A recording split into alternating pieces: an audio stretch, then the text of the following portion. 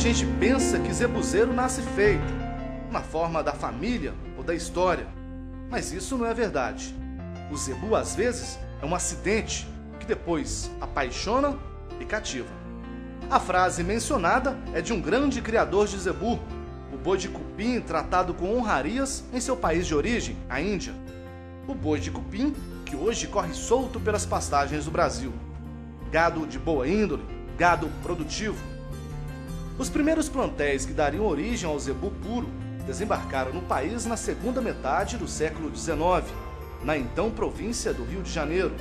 Já pelos idos de 1898, ocorreram as primeiras viagens à Índia realizadas pelos criadores do Triângulo Mineiro. As viagens em navios duravam meses e eram sempre muito cansativas, mas em pouco tempo haveria recompensa. Ao longo dos anos ocorreram novas importações, a última delas na década de 60. Grandes animais chegaram à região de Uberaba, fato determinante que rendeu à cidade o título de capital mundial do gado zebu. Em primeiro lugar, eu acho que aqui que se criou o Redbook Zebu, que foi bem anterior à fundação da Sociedade Rural Triângulo Mineiro, que mais tarde se transformou em ABCZ. E depois se criou a Sociedade Real Triângulo Mineiro, que reunia todos os criadores. E também pela quantidade de uberabenses que foram à Índia para buscar o zebu. Embora o primeiro triangulino que foi à Índia não foi o uberabense, foi o Tioff de Godoy, que era de Araguari. E na segunda viagem ele trouxe gado que ficou aqui.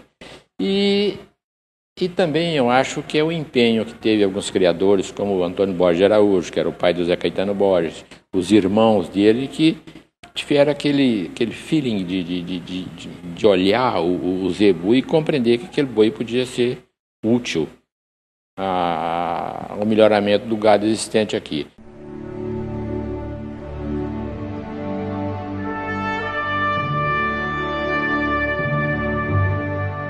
Conhecer o Museu do Zebu é, na verdade, um passeio prazeroso. Inaugurado em 1984, é um museu que todo pecuarista deveria conhecer. Afinal, existem duas pecuárias no país: a pecuária de antes e a pecuária de depois da introdução destes animais no Brasil.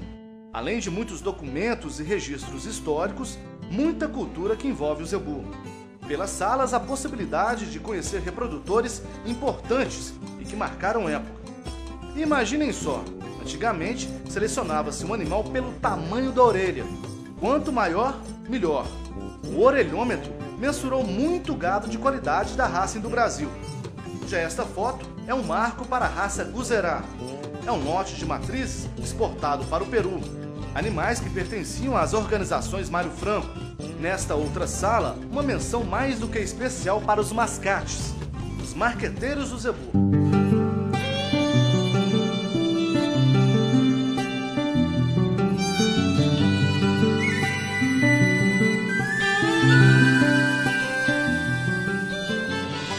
O museu tem muita história para contar. E a história do Museu do Zebu narra a saga de uma espécie bovina originária da Índia e que revolucionou a pecuária nacional. E além de fotos e também de objetos de época, o Museu do Zebu apresenta um riquíssimo banco de imagens.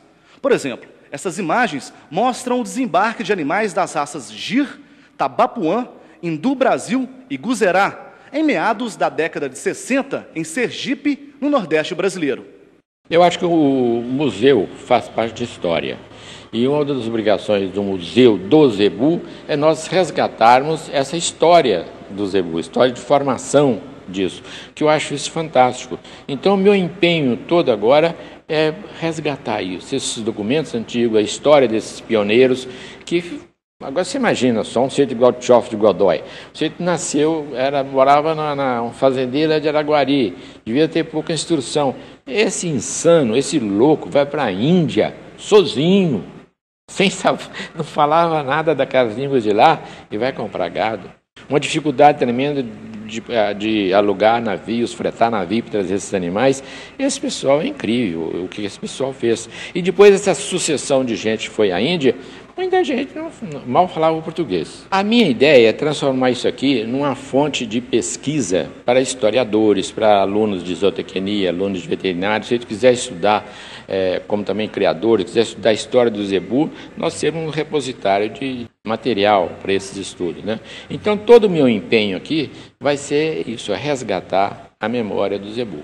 É a memória desses primeiros criadores, os animais que eles trouxeram, o que eles pensavam, o que eles faziam. Isso eu acho que é importante na criação, na formação do zebu e na história futura do zebu.